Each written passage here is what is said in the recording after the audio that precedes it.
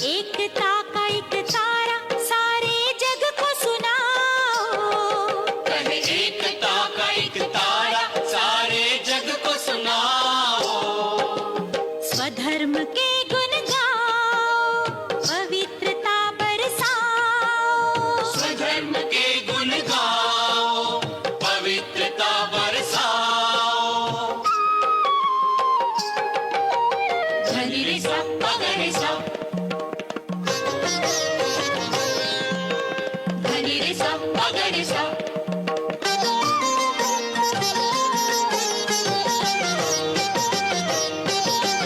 मन में है विश्वास वो दिन भी आएगा। मन में है विश्वास वो दिन भी आएगा। जग सारा संसार सुखी हो जाएगा। जग सारा संसार सुखी हो जाएगा। आओ झूमो नाचो गाओ सब आनंद मनाओ। आओ झूमो नाचो गाओ सब आनंद मनाओ। स्वधर्म के गुण गाओ, पवित्रता बरसाओ। स्वधर्म के गुण गाओ, पवित्रता बरसाओ। बाजे समानता की पायल मन के तार मिलाओ। बाजे समानता की पायल मन के ताल मिलाओ। स्वधर्म के गुण गाओ, पवित्रता बरसाओ। स्वधर्म के गुण गाओ, पवित्रता बरसाओ। स्वधर्म के गुण गाओ, पवित्रता बरसाओ। स्वधर्म के गुण गाओ, पवित्रता बरसाओ। पवित्रता बरसाओ, पवित्रता बरसाओ।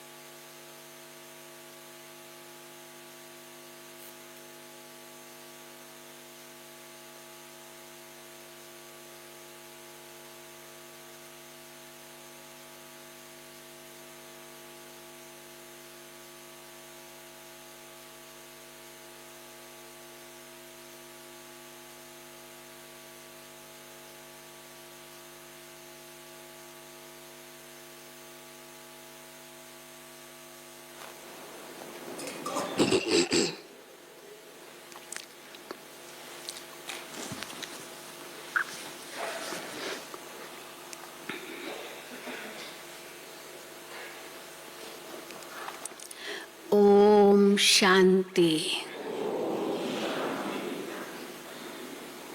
आज की मुरली में बाबा ने भक्ति मार्ग और ज्ञान मार्ग दोनों में कितना अंतर है वो स्पष्ट किया है। वैसे तो बहुत बातें हैं, लेकिन मुख्य दो बातें बाबा ने बताई। भक्ति मार्ग में आवाज़ बहुत है, कितना आवाज़ करते हैं। सवेरे सवेरे घंटे बजते ना, घड़ियाल मंदिरों में बजते हैं, देवताओं को जगाते हैं। शिव के मंदिर में भी बजते हैं, जैसे शिव बाबा को भी जगाते हैं। दूसरा, उसमें कितना झांझ बजाते हैं, कीर्तन करते हैं, नाचते हैं, बहुत कुछ करते हैं।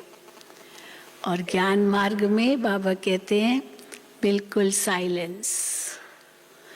कभी तो बाबा को गीत भी पसंद नहीं थे।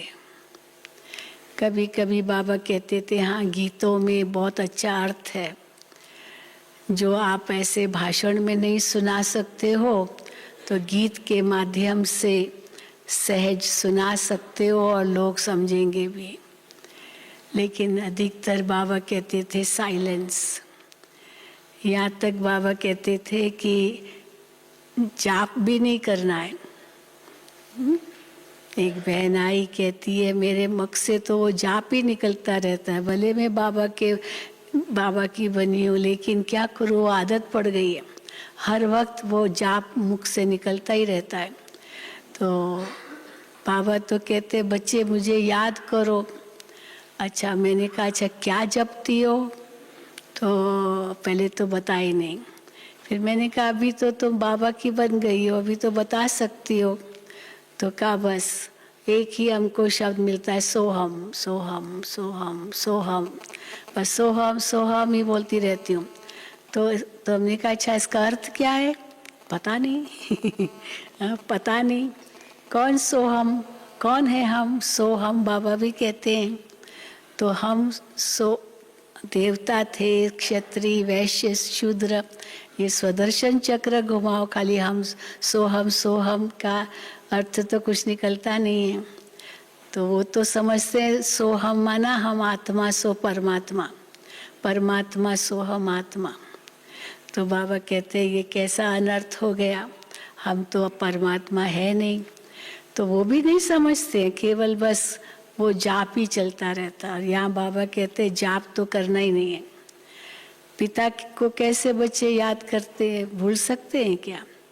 पत्नी अपने पति को भूल सकती है क्या? वो खाली जाप थोड़ी करती है, उसका नाम थोड़ी रटती है। और ये पहले ज़माने में पत्नी अपने पति का नाम कभी नहीं लेती थी, बोलती थी क्या नाम? आजकल भले लेते हैं, लेकिन पहले तो नाम भी नहीं लेती थी। आपके भाई को उनको भाई को बुलाओ, तो भाई आपका भाई कौन? वो तो भाई तो सबका है, या उनको बुलाओ, हाँ वो बस। और यहाँ बाबा कहते पतियों का पति, अब उसका बैठ के जाप करेंगे क्या? पर दिल से याद करो। तो कैसे हम बच्चे बाबा को प्यार से याद करें, वही बाबा हम बच्चों को सिखाते हैं। तो इसीलिए न आवाज़ है न कोई जाप है, ये तो अजपा जाप है। मनमना भाव का अर्थ ही ये है, शांत होकर के मन से बाबा को याद करो, बाबा से सर्व संबंध जोड़ो। तो आज की मुरली इसी पर है, सुनेंगे। और अगर शांत रहना है तो कोई भी परिस्थिति में शांत रहना है। ऐसे नहीं कोई विकट परिस्थिति आ गई तो गुस्सा आ जाए, क्रोध आ जाए, आवेश आ जाए, जोर से बोले, वो भी नहीं, उसमें भी शांत रहना है। तो बाबा हर प्रकार से शांति का ही पाठ पढ़ाते हैं। तो सुनेंगे बाबा के महावाक्य। आज 17/11/2021 है। मीठे बच्चे, तुम्हें साइलेंस में रहकर एक बाप को याद करना है। इसमें घंटे आदि बजाने की दरकार नहीं है। मीठे बच्चे, तुम्हें साइलेंस में रहकर एक बाप को याद करना है, इसमें घंटे आदि बजाने की दरकार नहीं है। प्रश्न है, किस बात में बाप समान बनो तो सब काम सिद्ध हो जाएंगे, सफलता मिलेगी? किस बात में बाप समान बनो तो सब काम सिद्ध हो जाएंगे? उत्तर है, जैसे बाप प्यार का सागर है, वैसे बहुत बहुत प्यारे बनो। प्यारे बनो, गुस्से से काम नहीं होता है, प्यारे बनो। अगर नहीं मानता छोड़ दो। बाबा कहते कोई आप ऐसा कर्म मत करो जो पाप कर्म बन जाए। जैसे बाप प्यार का सागर है, वैसे बहुत बहुत प्यारे बनो। क्रोध से काम तो बिगड़ता है। अब हमने क्रोध किया, वो भी क्रोध करेगा, क्योंकि वो समझता है वो राइट है और हम समझते हैं हम राइट है। वास्तव में दोनों ही राइट है, लेकिन वो अपने ढंग से समझता है, अपने ढंग से समझते हैं। इसलिए स्वीकार करो, ठीक है तुम भी ठीक हो। क्रोध से काम बिगड़ता है, बनता नहीं है। इसलिए आंख दिखाना, जोर से बोलना, गर्म होना, इसकी दरकार ही नहीं है। शांत रहना बहुत बहुत अच्छा है। आप ये भी एक लिस्ट बना सकते हैं, शांत रहने से क्या क्या फायदे होते हैं। प्यार से बहुत काम सिद्ध हो सकते हैं। प्यार से काम लो, शांत रह के काम लो, तो बाबा कहते बहुत बातें आपकी सिद्ध हो जाएगी। गीत है, तुम ही हो माता पिता तुम ही हो, ओम शांति। ये महिमा है एक की, परंतु भक्ति मार्ग में सिर्फ एक की महिमा गाने से भक्ति का शो नहीं होता है। तो क्या करते हैं, अनेकों की महिमा गाते हैं। इसलिए भक्ति में बहुतों की महिमा गाते हैं। वहां आवाज भी बहुत होता है, घंट घड़ियाल, गीत भजन, रोना पीटना कितना भक्ति मार्ग में चलता है। कथा सुनाई, राम की सीता चोरी हो गई, चुराई गई, रावण ने चोरी की, तो बेचारी सीता इतना रो रही है, तो जो सुनते हैं ना कथा वो भी रोने लगते हैं, बेचारी राम की सीता चुराई गई। तो बाबा कहते हैं तो रोना पीटना कितना भक्ति मार्ग में चलता है। किस्म किस्म के आवाज, मंत्र, जंत्र, स्तुति आदि होती है, और ज्ञान मार्ग में है साइलेंस। सिर्फ इशारा दिया जाता है, इशारा दिया जाता है, आवाज कुछ भी नहीं। भक्ति में कितनी धूमधाम है। सबसे जास्ती घंटे बजते हैं शिव के मंदिर में, देवियों के मंदिरों में भी बहुत घंटे बजते हैं। सिर्फ सबसे जास्ती घंटे बजते हैं शिव के मंदिर में। जहां तहां देखो घंटे ही घंटे। किसको नींद से जगाने के लिए कोई घंटे बजाए जाते हैं क्या? अब बाबा कैसे मिसाल देते हैं। शिव बाबा ने आकर मनुष्यों को कुंभकर्ण की अज्ञान नींद से जगाया है, परंतु घंटे नहीं बजाते। बाबा ने घंटे बजाए क्या? उठो उठो उठो जागो। कुंभकर्ण के नींद से कैसे जगाया बाबा ने? ज्ञान देकर।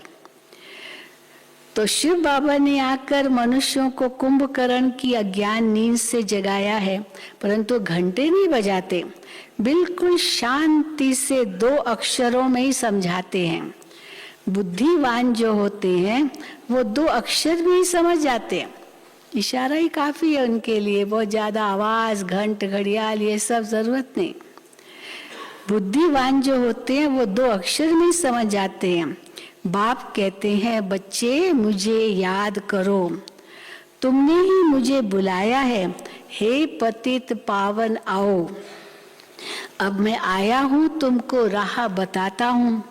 क्या अब तक तुमको पतित बनकर इस दुनिया में रहना है क्या? अब पतित पावन आओ बुलाया, अब मैं आया हूं तो पावन बनो, लेकिन पावन नहीं बनते। तो बाबा कहते अभी तक तुमको इस पतित दुनिया में पतित बनकर रहना है क्या? तुम तो पावन दुनिया में रहना चाहते हो ना, इसलिए तो बुलाते हो पतित पावन आओ। तुम तो पावन दुनिया में रहना चाहते हो ना। पावन दुनिया स्वर्ग को कहा जाता है।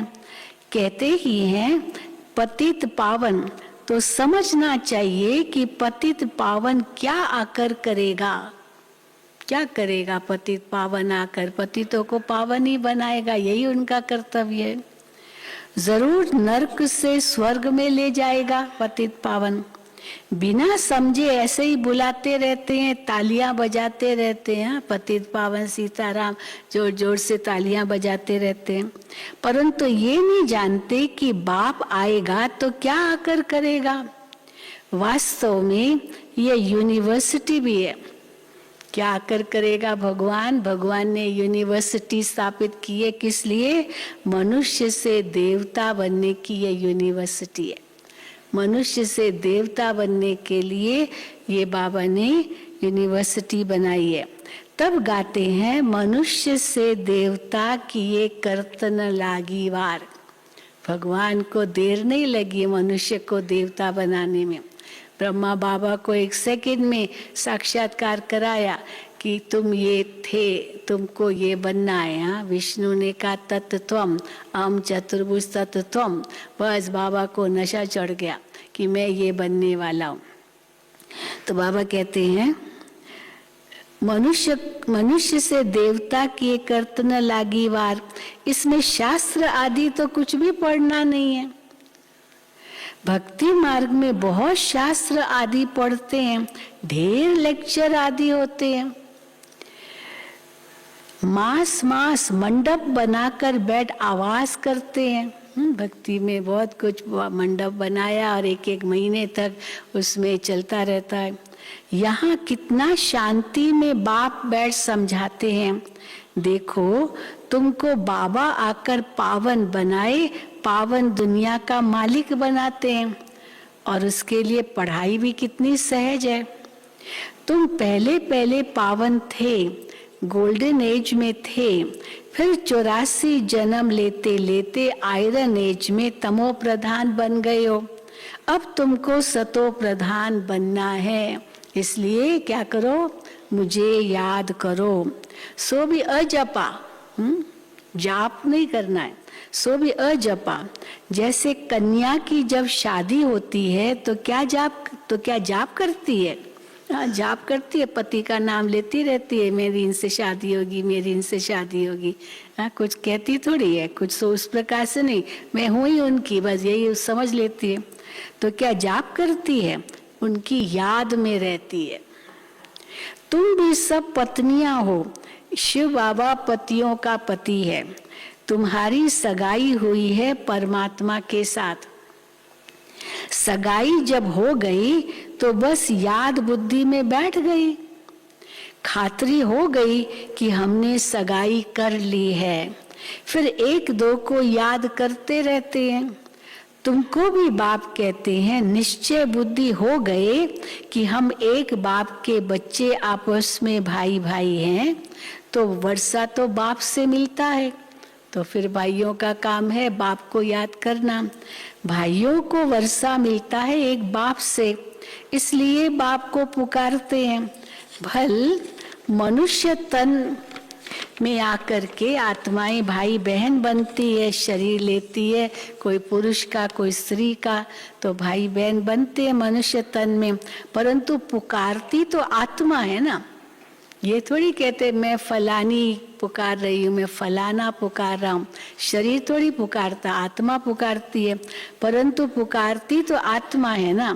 भाई भाई पुकारते हैं, हे पतित पावन बाबा आओ। तो बाबा कहते हैं, मुझे याद करो तो तमो प्रधान से सतो प्रधान बन जाएंगे। पावन को सतो प्रधान, पतित को तमो प्रधान कहा जाता है।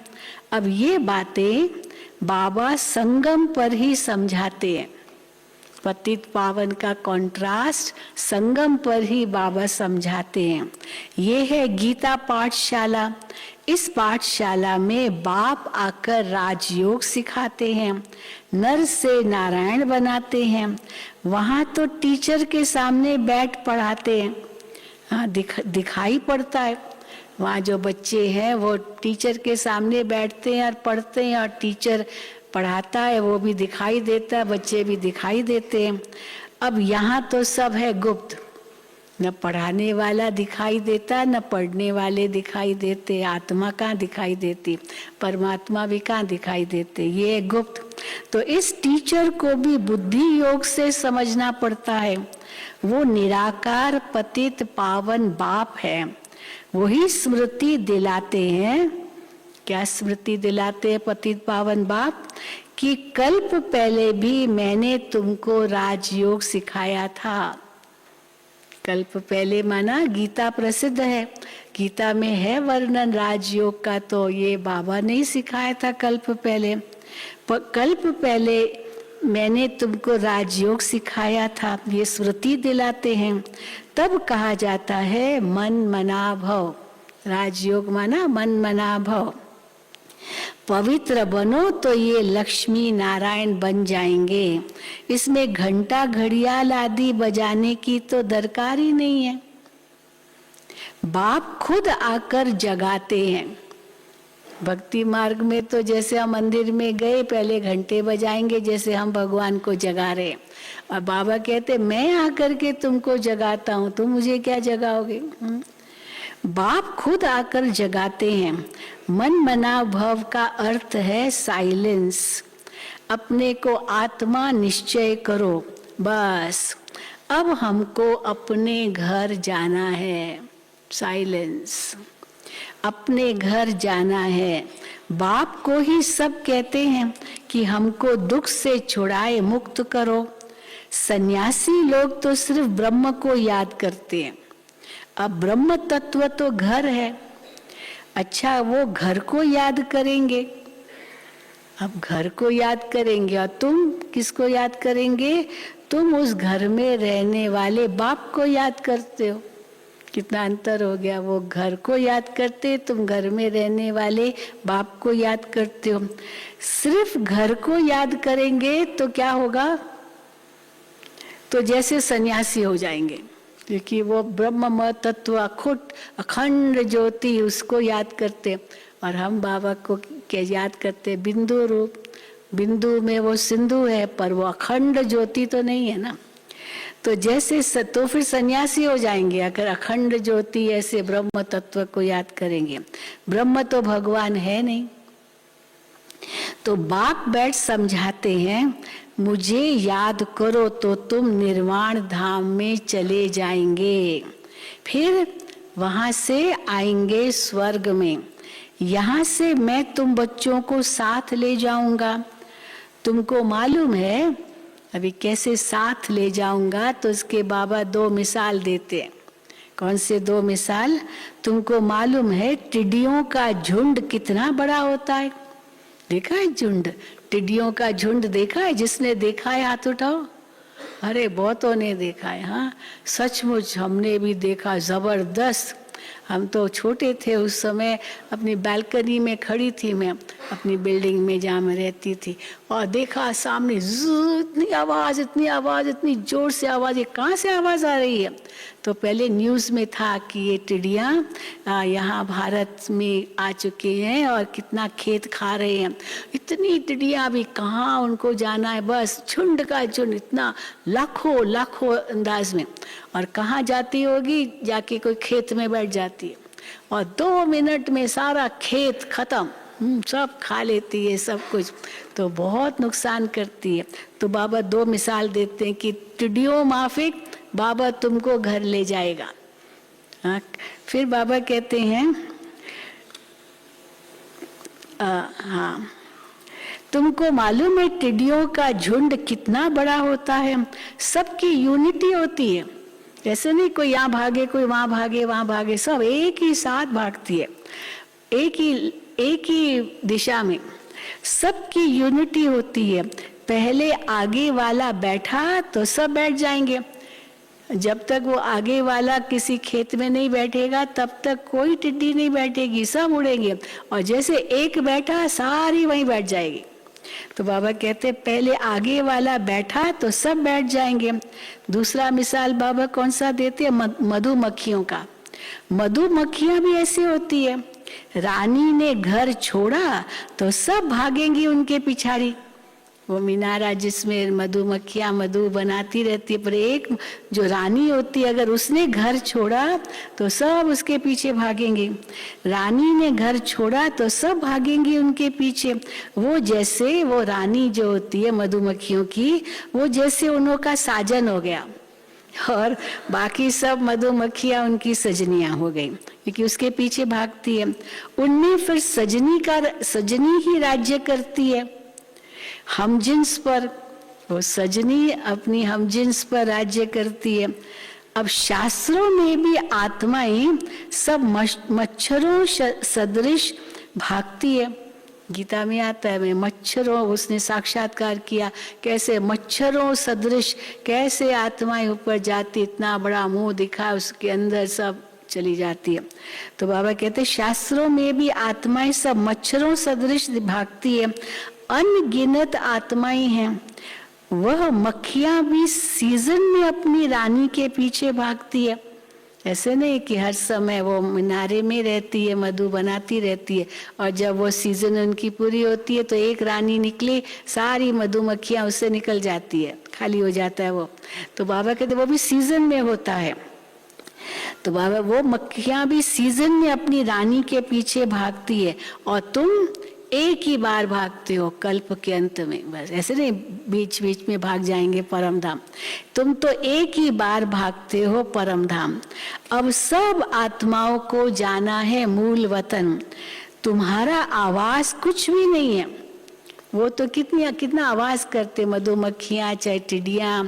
तो बाबा कहते यहाँ तुम्हारा आवाज कुछ भी नहीं है यार। परम धाम में भी जब आत्माएं जाएंगी कुछ आवाज करके जाएंगी क्या? कितनी साइलेंस में चली जाएगी, दिखाई भी नहीं देगा। तुम्हारा आवाज कुछ भी नहीं, इसलिए बाबा मिसाल देते हैं साइलेंस में रहना है। सरसों के दाने मिसल पीसते हैं, अंत में क्या होगा?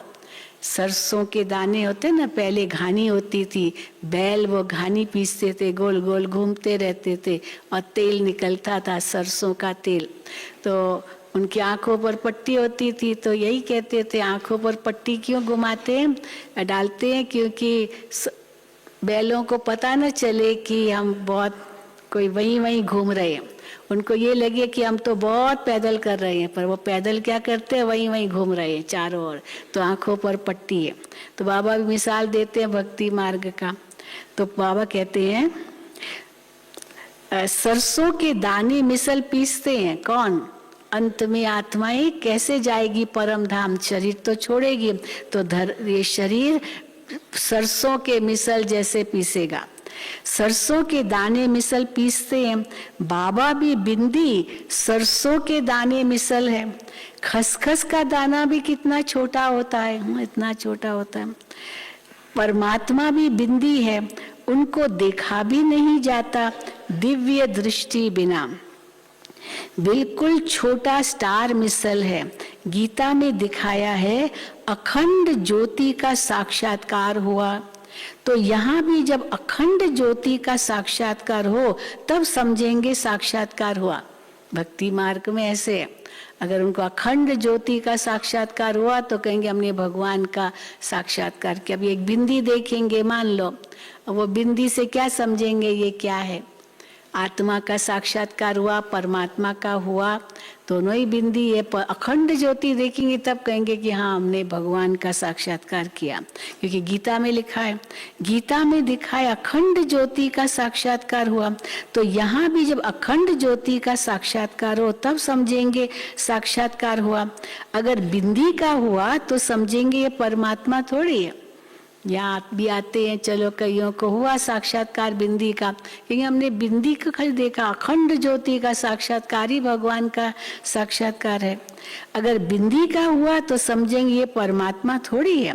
गीता में तो लिखा हुआ है अर्जुन को बहुत तेजोमय साक्षात्कार हुआ, हजारों सूर्यों से अभी ज्यादा तेज, इतना उनका वो स्वरूप अनुभव हुआ उसको। अर्जुन को ऐसे दिखाते हैं, अर्जुन को बहुत तेजोमय साक्षात्कार हुआ।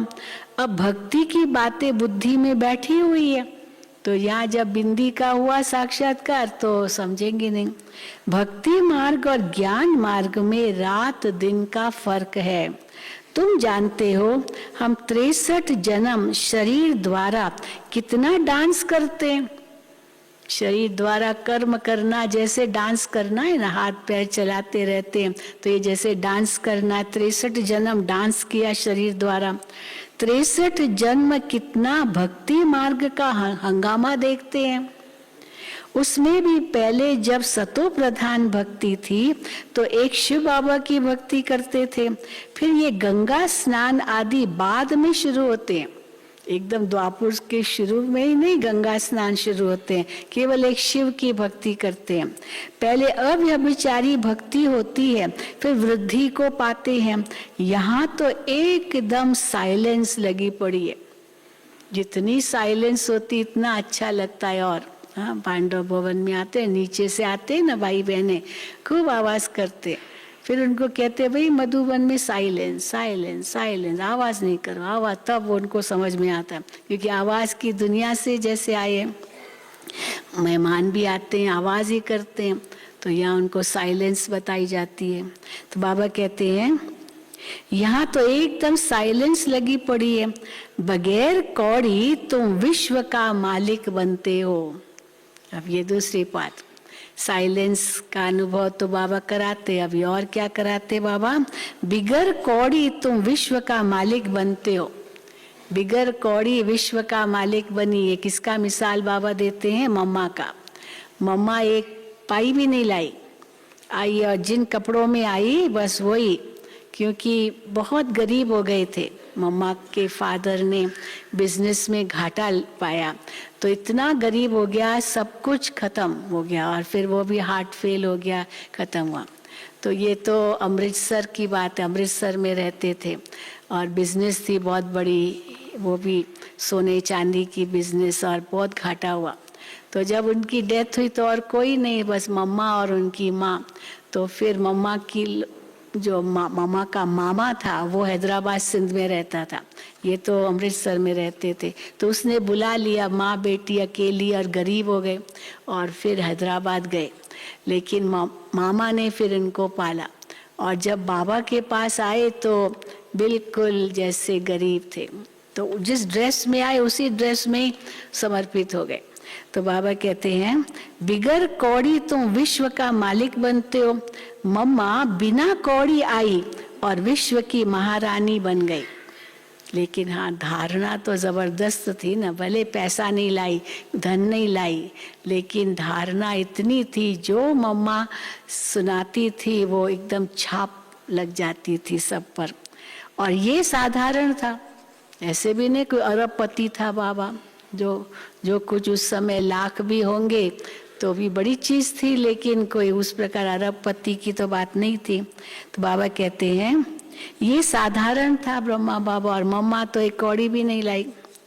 एकदम गरीब घर के बिना कौड़ी खर्चे देखो क्या बनते हैं, विश्व महारानी बन गई। मम्मा फिर सर्विस बहुत करती थी, सेवा की इतनी लगन मम्मा को। जाकर औरों को समझाती थी कि बाबा कहते हैं मुझे याद करो तो तुम्हारे विकर्म विनाश होंगे और तुम सतो प्रधान बन जाएंगे। इसमें खर्चे की तो कोई बात ही नहीं है। अगर कोई थोड़ा खर्चा करते भी हैं तो बाबा कहते अपने लिए, चलो सेंटर बनाओ, मकान बनाओ, पर्चे बनाओ, ये किताबें बनाओ, खर्चा करते, सेवा अर्थ चलो करते तो अपना ही भाग्य बनाते हैं। जैसे खेती में 2 मुट्ठी अन्न डालने से कितना ढेर अन्न निकलता है, तो थोड़ी सेवा की कितना भाग्य बन जाता है, खेती बड़ी हो जाती है। ये भी 21 जन्मों के लिए तुम्हारी कितनी आमदनी होती है। मनुष्य से देवता बनना कितना सहज है, 1 सेकंड की बात है। बैठे भी देखो कैसे साधारण हो। अगर कोई बैठ नहीं सकता है तो बाबा कहते हैं सो करके यानी लेट करके भी मुरली सुनो। बैठने में तकलीफ होती है कईयों को, कई होते ना बैठना मुश्किल होता है तो बीच बीच में खड़े हो जाते। तो एक बार हमने देखा वो एक बहन खड़ी हो जाती थी, भाई बैठो ना, खड़ी क्यों होती हो? कहती बहन जी बहुत बैठ नहीं सकती हूँ। हाँ ये भी होता है। तो बाबा कहते हैं अच्छा लेट जाओ, लेट के मुरली सुनो। ये है धारणा की बात। कितनी देर आप धारणा, कैसे धारणा करती हो? अंदर में बाबा और चक्र को याद करते रहो। याद करते करते ही शरीर छोड़ना है। हाँ, याद करते करते शरीर छोड़ना है। बाकी मुख में गंगा जल डालने की बात नहीं है। गंगा का घाट हो, गंगा जल मुख में हो तब प्राण तन से निकले। बाबा कहते ये है गंगा का तट, और ज्ञान गंगा मुख में हो, वही सुनते सुनते शरीर छोड़े। कई ऐसे, हमारी एक माता थी यहाँ पर, वो आबू में ही रहती थी, माउंट आबू में। तो यहाँ ही मुरली सुन रही थी और मुरली सुनते सुनते ओम शांति, मतलब उसको तुरंत लेके तो गए हॉस्पिटल में, लेकिन बिल्कुल आधे रास्ते में ही खत्म। तो यहाँ मुरली सुनते सुनते तो जैसे गंगा का घाट है और गंगा जल मुख में है, ज्ञान सुनते सुनते बाबा बाबा बाबा करती रहती थी, बहुत ही प्यारी थी। तो बाबा कहते हैं बाकी मुख में गंगा जल डालने की तो कोई बात नहीं है। गुरु गोसाई तो बहुत डर देते हैं कि तुम नियम ये तोड़ेंगे, भक्ति नहीं करेंगे तो ये होगा। समझो कोई की टांग टूट पड़ती है तो नुकसान हुआ तो कहेंगे तुमने भक्ति छोड़ी ना, तभी ये नतीजा हुआ। अरे ये तो हिसाब किताब है, वो तो चुकतू करना ही है। इससे थोड़ी ज्ञान लिया और कोई भक्ति छोड़ी तो ये हुआ। तो बाबा कहते हैं तब भक्ति छोड़ी तब ये नतीजा निकला, तो डर जाते हैं। यहाँ तो कुछ भी करना नहीं है, बाबा की याद दिलानी है, चक्र का राज समझाना है। अभी कलयुग के बाद सतयुग आना है, विनाश होना है जरूर, इसलिए यह महाभारी महाभारत लड़ाई खड़ी है। भगवान आकर राजयोग सिखाए, नर से नारायण बनाते हैं। ये राजयोग है, ये प्रजा योग नहीं है। तो शुभ बोलना चाहिए।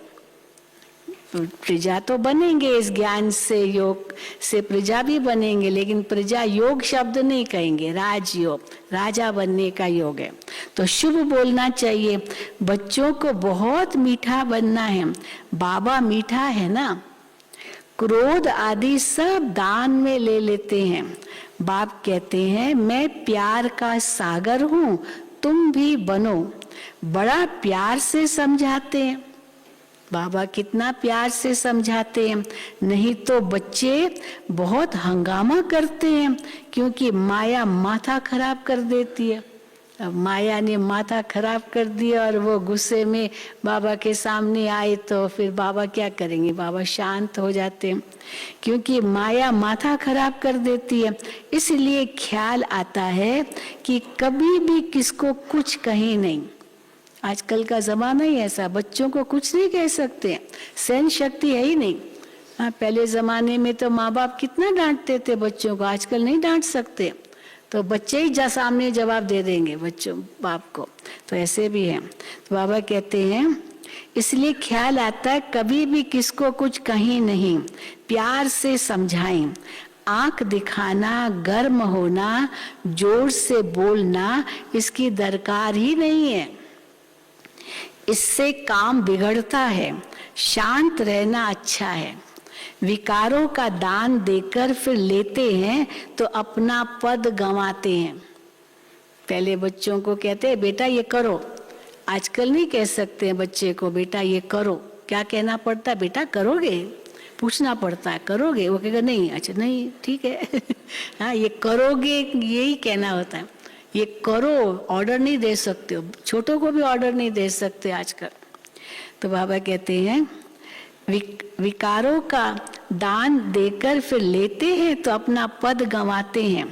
बाबा का बने गोया 5 विकारों का दान दे दिया। बाबा का बने गोया 5 विकारों का दान दे दिया। कहते हैं दे दान तो छूटे ग्रहण। फिर भी बाप पंडा है ना, दे दान तो छूटे ग्रहण। दान करवाते हैं ना, पंडे लोग जाते हैं, वो ले जाते हैं भक्तों को, कहेंगे यहाँ दान करो, यहाँ दान करो, दान करो, दान करवाते हैं। तो बाबा कहते हैं फिर भी बाप पंडा है ना, पंडे ब्राह्मण होते हैं। शिव बाबा भी रूहानी पंडा है, तुम भी पंडे हो। बाबा ब्रह्मा के तन में आते हैं तो ये भी ब्राह्मण ठहरा, ये भी ब्राह्मण ठहरा। ब्रह्मा नाम है लेकिन है तो ब्राह्मण ना। बाबा इनमें बैठा है, उनकी महिमा गाते हैं, शिव बाबा की महिमा। तो मात पिता हम बालक तेरे, और किसकी ये महिमा नहीं है। उनका कर्तव्य भी ऐसा है, माता पिता का कर्तव्य। ये पाठशाला है, बाप पढ़ाते हैं, ये बच्चों को याद रहना चाहिए। एम ऑब्जेक्ट है ही विश्व की बादशाही पाना। क्या है एम ऑब्जेक्ट? विश्व की बादशाही पाना। तो ऐसे पढ़ाने वाले को पूरी तरह याद करना चाहिए। स्कूल में स्टूडेंट अच्छा पास होते हैं तो साल साल टीचर को सौगात भेजते रहते हैं। टीचर ने अच्छा पढ़ाया तो बच्चा फर्स्ट डिवीजन में आ गया या फर्स्ट नंबर आ गया, तो स्टूडेंट भी अपने टीचर को सौगात भेजते हैं। अब ये त्योहार आदि सब इस समय के हैं, परंतु इनके महत्व को कोई नहीं जानते। बाबा है नॉलेजफुल, वो आते ही हैं रचना के आदि मध्य और अंत की नॉलेज देने। अब ठिक्कर भीतर में कैसे आएंगे? अगर परमात्मा सर्वव्यापी है ठिक्कर भीतर में, तो ठिक्कर से ज्ञान लेंगे क्या? तो ठिक्कर भीतर से ज्ञान लेंगे क्या? भगवान तो ज्ञान देते हैं। एक डॉक्टर ने सिद्ध किया था कि हर चीज में आत्मा है। साइंटिस्ट था, तो वो कहता था पेड़ों में भी आत्मा है, तो पेड़ों में भी आत्मा है क्योंकि चेतन है। लेकिन फिर रियलाइज हुआ एक है प्लांट सेल, दूसरा है एनिमल सेल। साइंस में पढ़ते हैं ना, तो उनके अंदर भी लाइफ है, जीवन है, लेकिन वो उनकी सेल में प्रोटोप्लाज्म, साइटोप्लाज्म ये सब है। लेकिन आत्मा किसको कहेंगे? जिसमें मन, बुद्धि, संस्कार हो। अब वो तो प्लांट्स में नहीं है, पेड़ों में नहीं है, ये कोई एक सेल में भी नहीं है। आत्मा तो इस सारे शरीर को चलाती है। तो उसने ये रिसर्च में देखा कि उनमें भी आत्मा है, क्योंकि चेतनता है, परंतु वो है प्रकृति की चेतनता। तो बाबा कहते हैं, तो उनको आत्मा कह देते हैं। अब बाबा कैसे कंट्रास्ट करते हैं। एक डॉक्टर ने सिद्ध किया था कि हर चीज में आत्मा है, परमात्मा नहीं कहा, आत्मा है ये कहा। फिर ये कह देते हैं सर्वव्यापी, सब में परमात्मा। उन्होंने कहा सब में आत्मा, तो सन्यासियों ने कहा सब में परमात्मा। कितना रात दिन का फर्क है। और बाबा कहते हैं आत्मा न आत्मा है न परमात्मा है, प्रकृति है, ये प्रकृति का अपना अस्तित्व है। कितना रात दिन का फर्क है। वो तो बेहद का बाप है, सबसे बुद्धि योग तुड़ाए अपने साथ जुड़ाते हैं। ये बाबा का काम है। क्या काम करते हैं? सबसे बुद्धि योग तुड़ाए अपने साथ जुड़ाते हैं। वो कहते हैं आत्मा बुद्ध बुदा सागर से निकला, फिर सागर में लीन हो जाएगा बुद्ध बुदा आत्मा। ब्रह्म ज्ञानी समझते हैं छोटी ज्योति बड़ी ज्योति में लीन हो जाएगी, फिर नई उत्पत्ति होती है। बाबा समझाते हैं ये भक्ति मार्ग की भी ड्रामा में नूंद है। जो अलग अलग बिलीव्स है या जो भी मान्यताएं हैं, ये सब ड्रामा में नूंद है। मैं भी ड्रामा की नूंद अनुसार तुम बच्चों को आकर समझाता हूँ। 84 जन्मों का जो चक्र लगाते हैं, ये भी ड्रामा में नूंद है। जो कुछ होता है सब नूंद है। कोई गायन भी करते हैं, कोई विघ्न भी डालते हैं यज्ञ में, तो बाबा कहते हैं वो भी नूंद है। तो तुम बच्चों को शिव बाबा से वर्षा लेना है, वो आते ही हैं सब आत्माओं को ले जाने के लिए। सारे ज्ञान का सार फिर यही है। तो उनको बाबा को याद करना है, उनसे वर्षा लेना है, उनके साथ घर जाना है। सब आत्माओं को ले जाने, शरीर का नाम भी नहीं लेते, आत्माओं को ले जाएंगे, शरीरों को थोड़ी ले जाएंगे। शरीर का नाम भी नहीं लेते, शरीर सहित थोड़ी किसको भगाने आया हूं। सब आत्माओं को ले जाऊंगा, शरीरों के साथ नहीं, शरीर तो यहीं छोड़ेंगे। शरीर सहित थोड़ी किसको भगाने आया हूँ। मुझे तो कहते हैं हे लिबरेटर आओ, हमको दुख से लिबरेट कर और जगह ले चलो। तो शरीरों के साथ थोड़ी मैं तुमको भगा के ले जाऊंगा। तो हमको दुख से लिबरेट कर और जगह ले चलो जहाँ चैन सुख शांति पाए। तो सबका शरीर यहाँ ही छुड़ाए आत्माओं को ले जाऊंगा। तो कालों का काल हुआ ना, कई बार अब कहते कालों के काल को बुलाते हो। महाकाल की कितनी पूजा होती है। अब कालों का काल, महाकाल को बुलाना माना जैसे पतित पावन को बुलाना, तो पतित पावन क्या करेगा? पावन बनाएगा। अब कालों का काल, महाकाल को बुलाना माना वो महाकाल क्या करेगा? सबको काल से मुक्त करेगा, सबको साथ ले जाएगा। तो बाबा कहते तो कालों का काल हुआ ना, सबको ले जाने वाला। मैं सबको इकट्ठा ले जाऊंगा। कितनी वंडरफुल बातें बाप बैठ समझाते हैं। कहाँ कोई बात समझ में नहीं आती है तो बोलो ये बात बाबा ने अर्जुन समझाई नहीं है। कई बातें अभी तक नहीं समझ में आती है तो कहो बाबा ने अभी तक समझाई नहीं है। जब समझाएंगे तब आपको सुनाएंगे। ऐसे अपने को छुड़ा देना चाहिए। कई बार बाबा से पूछते, बाबा कहते अभी बाबा नहीं बताएंगे, अंत में तुम खुद ही देखेंगे। अगर पहले से सब बता दे तो ड्रामा का मजा ही चला जाता है, इसलिए खुद देखेंगे तब आपको महसूस होगा। तो इसलिए बाबा कहते हैं जब समझाएंगे तब आपको सुनाएंगे। किसको कह सकते, कोई बहुत बातें करते ना, कैसा होगा अंत होगा, कैसे विनाश होगा, कैसे सतयुग आएगा। तो बाबा कहते बस आप देखते चलो, और बाबा ने कुछ ऐसे बताया नहीं अभी। जब बाबा बताएंगे तो हम आपको बताएंगे। जब समझाएंगे तब आपको सुनाएंगे। ऐसे अपने को छुड़ा देना चाहिए। बच्चे समझते हैं बाबा ज्ञान का सागर है, नई नई बातें सुनाते रहते हैं। वर्ल्ड की हिस्ट्री ज्योग्राफी सुनाने वाला रचयिता बाप है, जो आदि मध्य अंत का ज्ञान सुनाते हैं। तुम लाइट हाउस भी हो तो तुम स्वदर्शन चक्रधारी भी हो, परंतु माया भुला देती है। गुटखा खाते हैं, कुछ न कुछ लेस आ जाती है। सेक जैसे आता है ना, अग्नि का थोड़ा सेक आ जाता है तो माया का सेक आ जाता है। गुटखा खाते हैं। कर्मों का हिसाब किताब है ना, जब तक कर्मातीत अवस्था नहीं बनी है तब तक कुछ न कुछ होता रहता है। हिसाब किताब चुकतू हुआ और शरीर छोड़ देंगे, लड़ाई शुरू हो जाएगी। अच्छा, मीठे मीठे सिक्के दे बच्चों प्रति माता पिता बाप दादा का याद प्यार और गुड मॉर्निंग। रूहानी बाप की रूहानी बच्चों को नमस्ते। हम रूहानी बच्चों की रूहानी बाप दादा को याद प्यार, गुड मॉर्निंग और नमस्ते।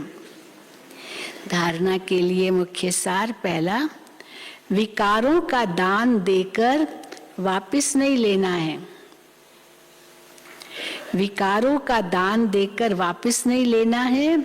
मुख से शुभ बोलना है, बहुत मीठा बनना है। बाप के समान प्यार का सागर बनकर रहना है। दूसरा, साइलेंस में रह बिना कौड़ी खर्चा विश्व की बादशाही लेनी है। बाप की याद में रह थोड़ा बहुत खर्चा कर 21 जन्मों की आमदनी करनी है। वरदान, नॉलेज की लाइट द्वारा पुरुषार्थ के मार्ग को सहज और स्पष्ट करने वाले फरिश्ता स्वरूप भव। नॉलेज की लाइट द्वारा पुरुषार्थ के मार्ग को सहज और स्पष्ट करने वाले फरिश्ता स्वरूप भव। फरिश्तेपन की लाइट में, फरिश्तेपन की लाइफ में, फरिश्तेपन की जीवन में लाइट और माइट दोनों ही स्पष्ट दिखाई देते हैं। कब बनते हैं फरिश्ता? जब फरिश्तेपन की लाइफ में लाइट और माइट दोनों स्पष्ट दिखाई देते हैं। लेकिन लाइट और माइट रूप बनने के लिए मनन करने और सहन करने की शक्ति चाहिए। लाइट और माइट रूप बनने के लिए मनन करने और सहन करने की शक्ति चाहिए। मनसा के लिए मनन शक्ति और वाचा कर्मणा के लिए सहन शक्ति धारण करो। फिर जो भी शब्द बोलेंगे, कर्म करेंगे, वह उसी के प्रमाण होंगे। लाइट माइट वाले, अगर ये दोनों शक्तियां हैं, मनन शक्ति और सहन शक्ति, तो हर एक के लिए पुरुषार्थ का मार्ग सहज और स्पष्ट हो जाएगा। स्लोगन, व्यर्थ बोलना अर्थात अनेकों को डिस्टर्ब करना। व्यर्थ बोलना अर्थात अनेकों को डिस्टर्ब करना। व्यर्थ बोलेंगे तो क्या होगा? दूसरे भी परेशान होंगे, कितना ये व्यर्थ क्यों बोलते हो, कहेंगे ना। अच्छा, ओम शांति, ओम शांति, ओम शांति। अभी हम बाबा की याद में बैठेंगे, फिर बट्ठी वाले बैठे रहेंगे, आज का प्रोग्राम आपको देंगे।